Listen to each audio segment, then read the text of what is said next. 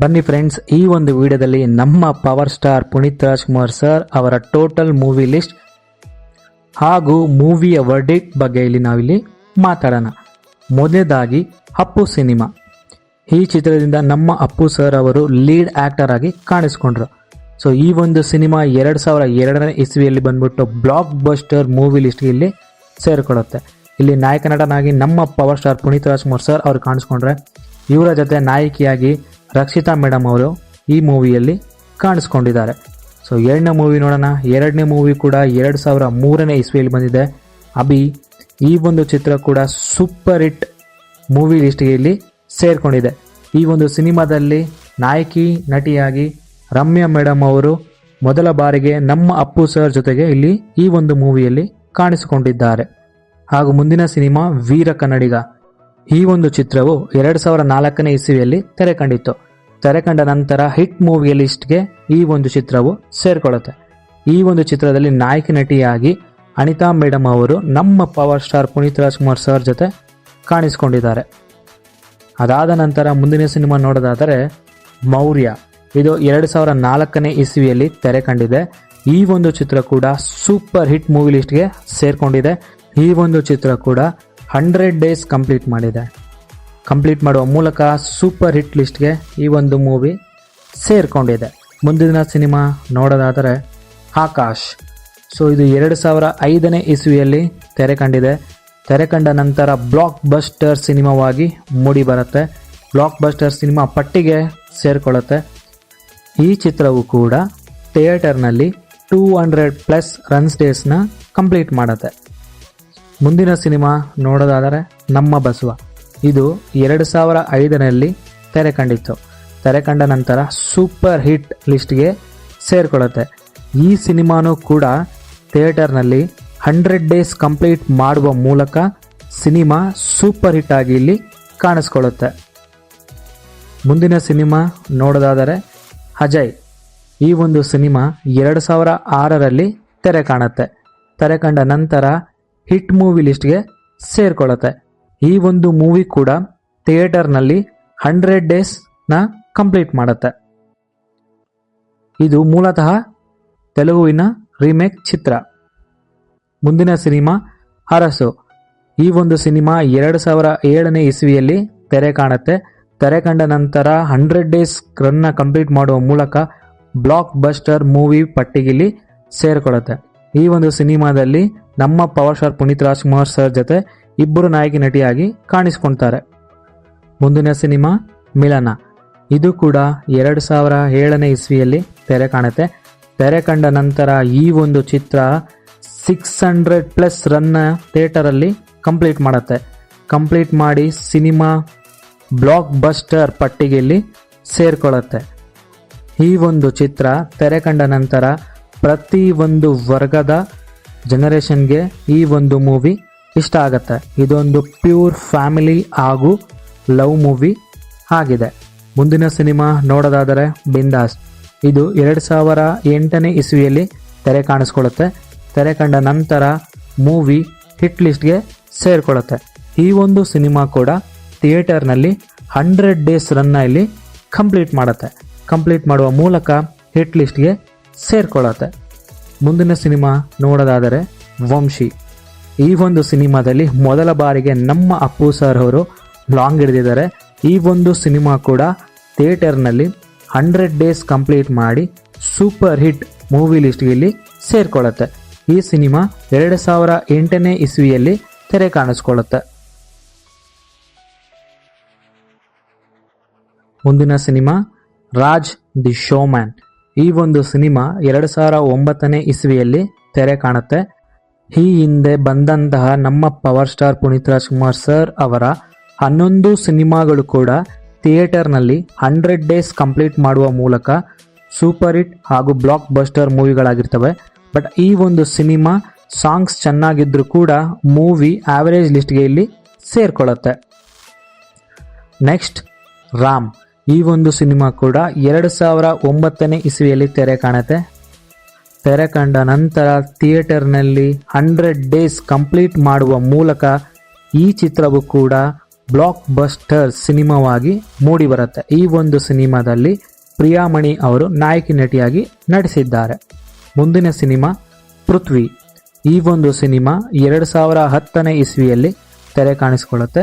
ಈ ಸಿನಿಮಾ ಒಂದು social message ಇರುವ ಕಾರಣ ಕಮರ್ಷಿಯಲ್ ಸಕ್ಸಸ್ ಅನ್ನ ಈ ಚಿತ್ರವು ಕಂಡುಕೊಳ್ಳುತ್ತೆ. ಈ ಚಿತ್ರವು ಕೂಡ ಹಿಟ್ ಲಿಸ್ಟ್ ಮೂವಿಗೆ ಸೇರ್ಕೊಳ್ಳುತ್ತೆ. ಈ ಸಿನಿಮಾ ಆದ ನಂತರ ಜಾಕಿ ಚಿತ್ರವು ತೆರೆ ಕಾಣಿಸಿಕೊಳ್ಳುತ್ತೆ. ಈ ಚಿತ್ರವು 2010ನೇ ಇಸ್ವಿಯಲ್ಲಿ ತೆರೆ ಕಾಣಿಸಿಕೊಳ್ಳುತ್ತೆ.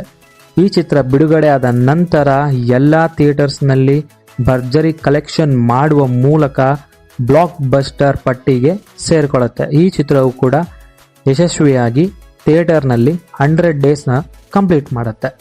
ಹಾಗೂ ಈ ಚಿತ್ರದಲ್ಲಿ ನಾಯಕಿ ನಟಿಯಾಗಿ ಭಾವನಾ ಮೇಡಮ್ ಅವರು ನಮ್ಮ power star Puneeth Rajkumar sir ಜೊತೆ ಕಾಣಿಸಿಕೊಂಡಿದ್ದಾರೆ. ಮುಂದಿನ ಸಿನಿಮಾ ಹುಡುಗರು. ಈ ಒಂದು ಸಿನಿಮಾದಲ್ಲಿ 3 ನಾಯಕ ನಟನಾಗಿ ಕಾಣಿಸಿಕೊಳ್ತಾರೆ.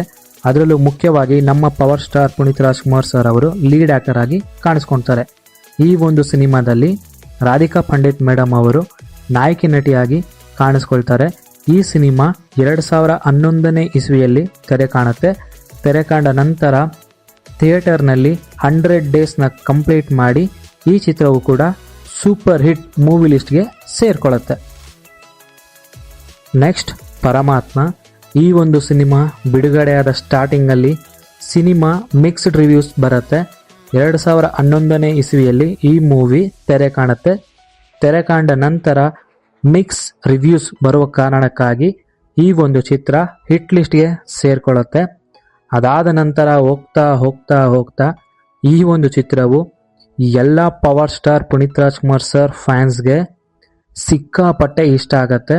ಆ ರೀತಿಯಲ್ಲಿದೆ ಈ ಒಂದು ಚಿತ್ರ. ಈ ಚಿತ್ರದಲ್ಲಿ ನಾಯಕಿ ನಟಿಯಾಗಿ ದೀಪಾ ಸನ್ನಿಧಿ ಹಾಗೂ ಅಯಂದ್ರಿತಾ ರೈ ಮೇಡಮ್ ಅವರು ಈ ಚಿತ್ರದಲ್ಲಿ ಕಾಣಿಸಿಕೊಂಡಿದ್ದಾರೆ. ಮುಂದಿನ ಸಿನಿಮಾ ಅನ್ನಾ ಬಾಂಡ್. ಈ ಒಂದು ಚಿತ್ರವು 2012ನೇ ಇಸ್ವಿಯಲ್ಲಿ ತೆರೆ ಕಾಣುತ್ತೆ. ಈ ಒಂದು ಚಿತ್ರಕ್ಕೆ ಸಿಕ್ಕಾಪಟ್ಟೆ ಕ್ರೇಜ್ ಇರುತ್ತೆ. ಬಟ್ ತೆರೆ ಕಂಡ ನಂತರ ಚಿತ್ರಕ್ಕೆ ಮಿಕ್ಸ್ಡ್ ರಿವ್ಯೂಸ್ ಬರುವ ಕಾರಣಕ್ಕಾಗಿ ಈ ಚಿತ್ರವು ಆವರೇಜ್ ಮೂವಿ ಲಿಸ್ಟ್ಗೆ ಸೇರಿಕೊಳ್ಳುತ್ತೆ. ಈ ಚಿತ್ರದಲ್ಲಿ ಪ್ರಿಯಾಮಣಿ ಮೇಡಮ್ ಅವರು ನಾಯಕಿ ನಟಿಯಾಗಿ ಕಾಣಿಸಿಕೊಂಡಿದ್ದಾರೆ. ಮುಂದಿನ ಸಿನಿಮಾ ಯಾರೇ ಕೂಗಾಡಲಿ.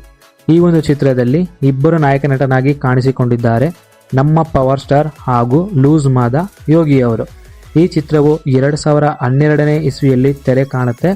ತೆರೆ ಕಂಡ ನಂತರ ಈ ಒಂದು ಚಿತ್ರವು ಆವರೇಜ್ ಲಿಸ್ಟ್ ಮೂವಿ ಪಟ್ಟಿಗೆ ಸೇರಿಕೊಳ್ಳುತ್ತೆ. ಈ ಒಂದು ಚಿತ್ರದಲ್ಲಿ ಭಾವನಾ ಮೇಡಮ್ ಅವರು ನಾಯಕಿ ನಟಿಯಾಗಿ ಕಾಣಿಸಿಕೊಂಡಿದ್ದಾರೆ. ಮುಂದಿನ ಸಿನಿಮಾ ನಿನ್ನಿಂದಲೇ. Power star Puneeth Rajkumar sir ಅವರ ಕೆರಿಯರಲ್ಲೇ ಒಂದೇ ಒಂದು ಫ್ಲಾಪ್ ಮೂವಿ ಎಂದರೆ ಆ ಚಿತ್ರವು ನಿನ್ನಿಂದಲೇ. ಇದು ಒಂದೇ ಒಂದು ಚಿತ್ರ ಫ್ಲಾಪ್ ಮೂವಿಯಾಗಿ ಕಾಣಿಸ್ಕೊಳ್ಳುತ್ತೆ. ಇದು 2014ರಲ್ಲಿ ತೆರೆ ಕಾಣಿಸ್ಕೊಳ್ಳುತ್ತೆ. ಈ ಚಿತ್ರಕ್ಕಾಗಿ 1 ವರ್ಷ ಕೂಡ ಗ್ಯಾಪ್ ಕೂಡ ತಗೊಂಡಿರ್ತಾರೆ ಈ ಒಂದು ಚಿತ್ರಕ್ಕೆ. ಬಟ್ ಬ್ಯಾಡ್ ಲಕ್, ಮೂವಿ ಇಲ್ಲಿ ಫ್ಲಾಪ್ ಲಿಸ್ಟ್ಗೆ ಸೇರ್ಕೊಳ್ಳುತ್ತೆ. ಮುಂದಿನ ಸಿನಿಮಾ ಪವರ್ ಸ್ಟಾರ್. ಈ ಹಿಂದೆ ಬಂದಂತಹ 3-4 ಸಿನಿಮಾಗಳು ಆವರೇಜ್ ಹಾಗೂ ಫ್ಲಾಪ್ ಆಗಿತ್ತು. ಒಂದು ಸಕ್ಸಸ್ ಬೇಕಾಗಿತ್ತು ಮತ್ತೆ ಅಪ್ಪು ಸರ್ಗೆ. ತಿರ್ಗಾ ಬಂತು ಪವರ್ ಸ್ಟಾರ್. ಈ ಒಂದು ಸಿನಿಮಾ ಮತ್ತೆ ಸೂಪರ್ ಹಿಟ್ ಆಗಿ ಕಾಣಿಸ್ಕೊಳ್ಳುತ್ತೆ. ಇದು 2014ನೇ ಇಸ್ವಿಯಲ್ಲಿ ತೆರೆ ಕಾಣಿಸ್ಕೊಳ್ಳುತ್ತೆ. ಇದರಲ್ಲಿ ನಾಯಕಿ ನಟಿಯಾಗಿ ತ್ರಿಷಾ ಮೇಡಮ್ ಅವರು ಕಾಣಿಸ್ಕೊಳ್ತಾರೆ. ಈ ಚಿತ್ರದಲ್ಲಿ ನಮ್ಮ power star Puneeth Rajkumar sir ಅವರು ಪೊಲೀಸ್ ಪಾತ್ರದಲ್ಲಿ ಕಾಣಿಸಿಕೊಂಡಿದ್ದಾರೆ. ಮುಂದಿನ ಸಿನಿಮಾ ನೋಡೋದಾದರೆ ಮೈತ್ರಿ. ಈ ಒಂದು ಚಿತ್ರವು 2015ನೇ ಇಸ್ವಿಯಲ್ಲಿ ತೆರೆ ಕಾಣಿಸ್ಕೊಳ್ಳುತ್ತೆ. ತೆರೆ ಕಾಣಿಸ್ಕೊಂಡ ನಂತರ ಚಿತ್ರವು ಹಿಟ್ ಮೂವಿ ಲಿಸ್ಟ್ಗೆ ಸೇರ್ಕೊಳ್ಳುತ್ತೆ. ಈ ಚಿತ್ರದಲ್ಲಿ ಪುನೀತ್ ರಾಜ್ಕುಮಾರ್ ಸರ್ ಜೊತೆ ಮೋಹನ್ ಲಾಲ್ ಸರ್ ಕೂಡ ಕಾಣಿಸಿಕೊಂಡಿದ್ದಾರೆ. ಈ ಚಿತ್ರವು ಕಮರ್ಷಿಯಲ್ ಸಕ್ಸಸ್ ಅನ್ನ ಕಾಣಿಸ್ಕೊಳ್ಳುತ್ತೆ. ಮುಂದಿನ ಚಿತ್ರ ರಣವಿಕ್ರಮ. ಈ ಒಂದು ಚಿತ್ರ 2015ನೇ ಇಸ್ವಿಯಲ್ಲಿ ತೆರೆ ಕಾಣುತ್ತೆ. ಈ ಒಂದು ಚಿತ್ರಕ್ಕೆ ಸಿಕ್ಕಾಪಟ್ಟೆ ಕ್ರೇಜ್ ಇರುತ್ತೆ ಕೂಡ.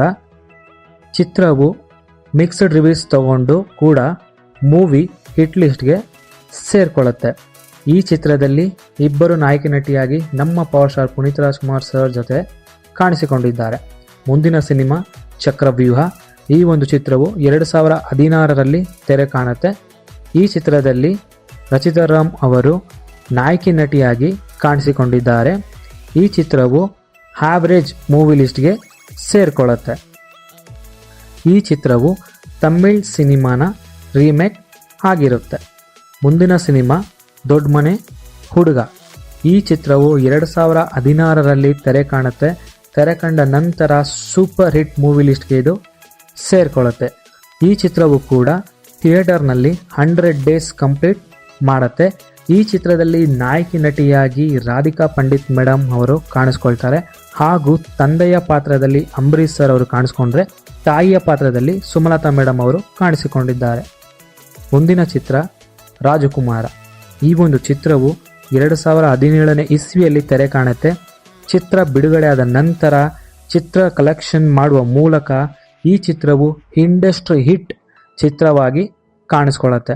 ಈ ಒಂದು ಚಿತ್ರ ಆ ಒಂದು ಟೈಮಲ್ಲಿ ಎಲ್ಲ ದಾಖಲೆಗಳನ್ನು, ಈ ಹಿಂದೆ ಏನು ದಾಖಲೆಗಳು ಮಾಡಿರೋದ್ವೋ ಆ ಒಂದು ಎಲ್ಲ ದಾಖಲೆಗಳನ್ನು ಹುಡಿಸ್ ಮಾಡುವ ಮೂಲಕ ಈ ಚಿತ್ರವು ಇಂಡಸ್ಟ್ರಿ ಹಿಟ್ ಮೂವಿಯಾಗಿ ಕಾಣಿಸ್ಕೊಳ್ಳುತ್ತೆ. ಈ ಒಂದು ಚಿತ್ರದಲ್ಲಿ ನಾಯಕಿ ನಟಿಯಾಗಿ ಪ್ರಿಯಾ ಆನಂದ್ ಮೇಡಮ್ ಅವರು ಕಾಣಿಸಿಕೊಂಡಿದ್ದಾರೆ.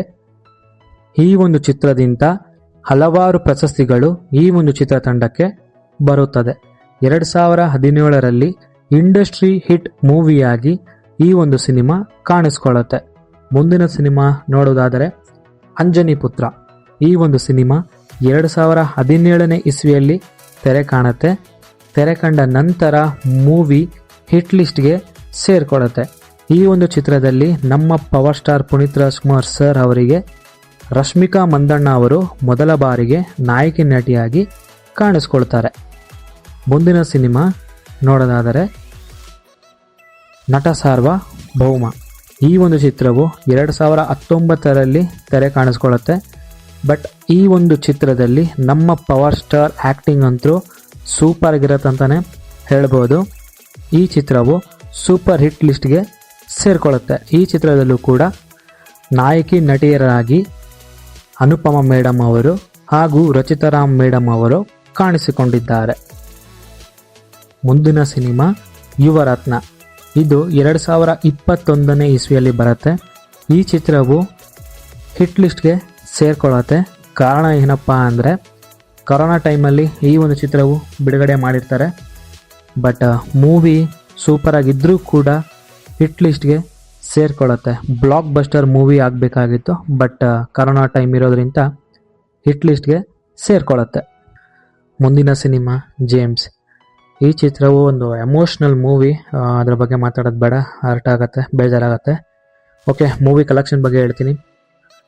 ಬಿಡುಗಡೆ ಆದ ನಂತರ ಕೇವಲ 4 ದಿನಗಳಲ್ಲಿ 100+ ಕ್ರೋರ್ನ ಕಲೆಕ್ಷನ್ ಮಾಡುತ್ತೆ. ಈ ಒಂದು ಚಿತ್ರವು 2022ನೇ ಇಸ್ವಿಯಲ್ಲಿ ತೆರೆ ಕಾಣಿಸ್ಕೊಳ್ಳುತ್ತೆ. ತೆರೆ ಕಾಣಿಸ್ಕೊಂಡ ನಂತರ ಈ ಒಂದು ಮೂವಿ ಬ್ಲಾಕ್ ಬಸ್ಟರ್ ಮೂವಿಯಾಗಿ ಕಾಣಿಸ್ಕೊಳ್ಳುತ್ತೆ. ಮುಂದಿನ ಸಿನಿಮಾ ಲಕ್ಕಿ ಮ್ಯಾನ್. ಈ ಚಿತ್ರವು ಕೂಡ 2022ರಲ್ಲಿ ತೆರೆ ಕಾಣಿಸ್ಕೊಳ್ಳುತ್ತೆ. ತೆರೆ ಕಾಣಿಸ್ಕೊಂಡ ನಂತರ ಈ ಚಿತ್ರವು ಸೂಪರ್ ಹಿಟ್ ಮೂವಿ ಲಿಸ್ಟ್ಗೆ ಸೇರಿಕೊಳ್ಳುತ್ತೆ. ಈ ಚಿತ್ರದಲ್ಲಿ ನಮ್ಮ power star Puneeth Rajkumar sir ಅವರು ದೇವರ ಪಾತ್ರದಲ್ಲಿ ಕಾಣಿಸಿಕೊಂಡಿದ್ದಾರೆ. ಮುಂದಿನ ಸಿನಿಮಾ ಗಂಧದ ಗುಡಿ. ಈ ಚಿತ್ರವು ಕೂಡ 2022ರಲ್ಲಿ ತೆರೆ ಕಾಣಿಸ್ಕೊಳ್ಳುತ್ತೆ. ಈ ಚಿತ್ರ ಒಂದು ಡಾಕ್ಯುಮೆಂಟ್ರಿ ಚಿತ್ರವಾಗಿರುತ್ತೆ. ಅರಣ್ಯವನ್ನು ರಕ್ಷಿಸಿ ಕಾರಣಕ್ಕಾಗಿ ಈ ಚಿತ್ರವು ಮಾಡಲಾಗಿದೆ. ಈ ವಿಡಿಯೋದಲ್ಲಿ ನಮ್ಮ power star Puneeth Rajkumar sir ಅವರು ಲೀಡ್ ಆ್ಯಕ್ಟರ್ ಆಗಿ ಕಾಣಿಸ್ಕೊಂಡಂತಹ ಎಲ್ಲ ಸಿನಿಮಾದ ಲಿಸ್ಟ್ ನಿಮಗೆ ಹೇಳಿದ್ದೀನಿ. ಈ ವಿಡಿಯೋ ನಿಮಗೆ ಇಷ್ಟ ಆಗಿದೆ ಅಂತ ಅನ್ಕೊತೀನಿ. ಇಷ್ಟ ಆಗದವರು ಸಬ್ಸ್ಕ್ರೈಬ್ ಮಾಡಿ, ಸಪೋರ್ಟ್ ಮಾಡಿ ಅಂತ ಕೇಳ್ತಾ ಈ ವಿಡಿಯೋನಲ್ಲೇ ಎಂಡ್ ಮಾಡ್ತಾ ಇದ್ದೀನಿ. ಸೂರ್ಯನೊಬ್ಬ, ಚಂದ್ರನೊಬ್ಬ, ಈ ರಾಜನು ಒಬ್ಬ.